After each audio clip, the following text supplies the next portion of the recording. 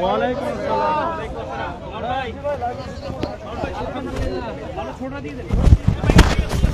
আপনি কেমন আছেন?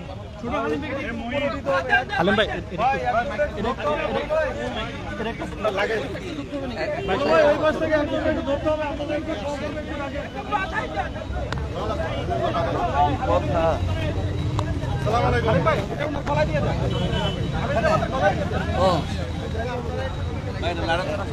এটা লাগাইতে হবে মনে হয়।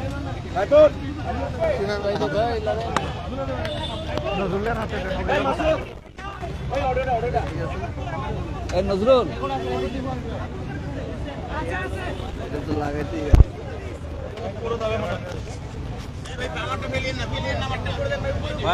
লাড়াচাড়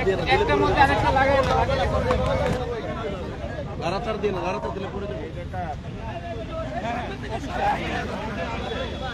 একটু লাগাই দেন অফিসিয়াল এটা দেন আমার কাছে একটু এখানে একটু চিবি দিলেই কি হবে। সব দেওয়া আছে আমার কি ডাউন করা আছে ভাইয়া একটু করে দেন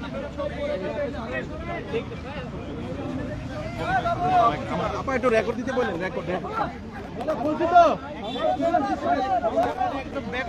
দাঁড়া এবার রাখতে হবে তো ভাই লাড়াতে পড়ে যাবো এগুলা লাড়াতে পড়ে যাবো বললাম ভাই এগুলা লাড়াতে পড়বে এটা নিচে যাবো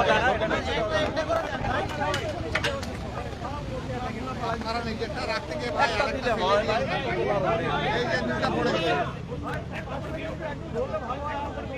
ওই দিক থেকে নেন ভাই এটা আরটিভি কই দুটো পড়ছে এটা হলো আরটিভি টেবিলটা ছাড়েন তো এটা একটু ধরেন আপনি ওইটা কার হ্যাঁ আপনিও ধরেন সবাই মিলে ধরেন ওনার হাতে কিছু দেন দুই হাত দিয়ে সব তো আর পড়তেছে না পড়ে যাবে হ্যাঁ পড়ে যাচ্ছে একটা বাস এখন তা যা আছে চলবে আমরা শুরু করছি ভাই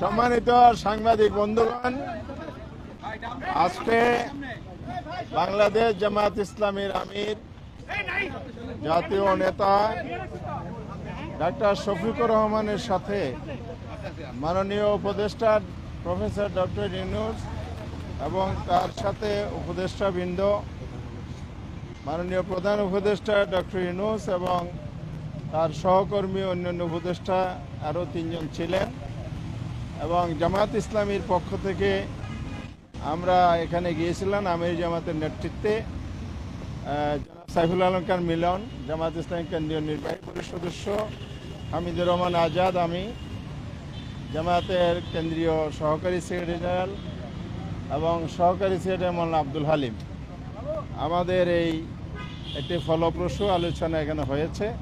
এ ব্যাপারে গণমাধ্যমের উদ্দেশ্যে জাতির উদ্দেশ্যে এখন এ ব্যাপারে ব্রিফিং করছেন আমাদের সম্মানিত আমির জামাত ডাক্তার শফিকুর রহমান।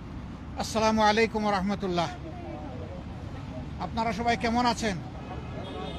আলহামদুলিল্লাহ। আপনারা ইতিমধ্যেই জেনেছেন যে আমরা আজকে মাননীয় প্রধান উপদেষ্টার সাথে সাক্ষাতের জন্য এখানে এসেছিলাম। উনি এবং ওনার সঙ্গে অন্যান্য সম্মানিত উপদেষ্টা মণ্ডলী সেখানে ছিলেন, প্রেস উইংয়ের লোকেরাও ছিলেন।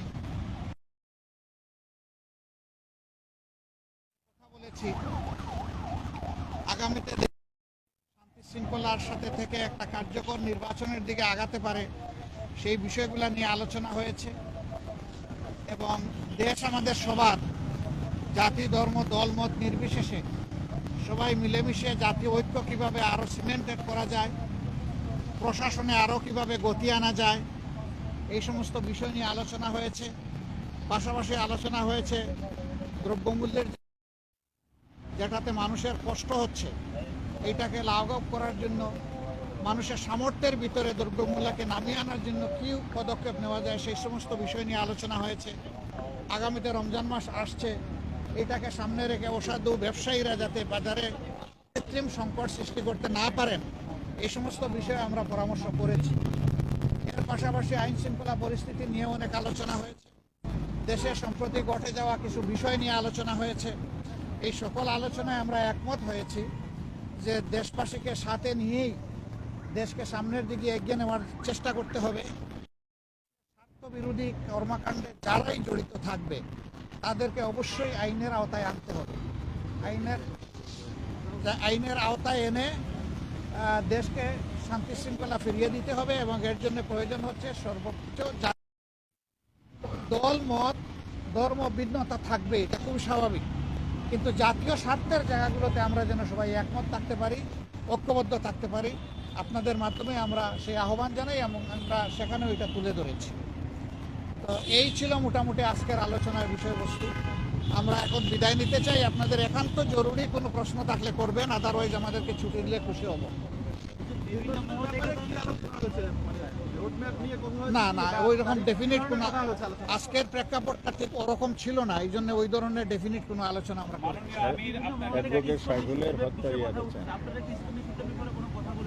জি, আমরা শুধু ইসকন না, আমরা বলেছি জাতীয় স্বার্থের বিরুদ্ধে যারাই যাবে তাদের ব্যাপারে পদক্ষেপ নিতে হবে।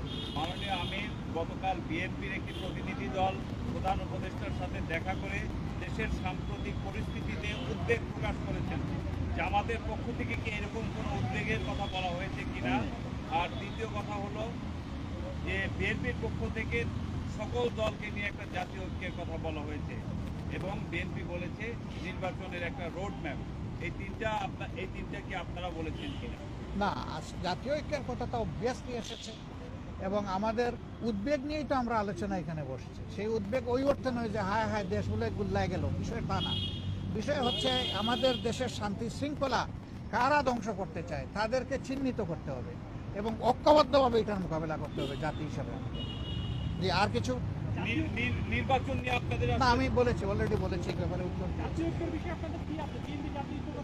একেবারেই একমত, এখানে কোনো দ্বিমত নাই, জাতীয় ঐক্য অবশ্যই থাকতে হবে। নির্বাচন নিয়ে জামাতের বক্তব্যটা কি আসলে? না, আমাদের বক্তব্যটা আমরা পরিষ্কার করেছি যে মিনিমাম সংস্কার যেগুলো দরকার, যেমন আমাদের 41 দফা দাবি আছে সংস্কারের, কিন্তু এই সরকারের জন্য আমরা 41 দফা দেইনি। আপনাদের মাধ্যমে আমরা মাত্র 10 দফা দিয়েছি, জাতির সামনে উপস্থাপন করেছি এবং তাদেরকে আমরা হ্যান্ড ওভার দিয়েছি। আমরা চাই যে এই সংস্কারগুলো দ্রুত করা দরকার, এই সংস্কারগুলো করে যত দ্রুত সম্ভব নির্বাচন দিয়ে দেওয়া উচিত। আল্লাহ জি, ধন্যবাদ সবাইকে। এখানে আমরা শেষ করতে চাই। জি, অনেক ধন্যবাদ আপনাদের সহযোগিতা।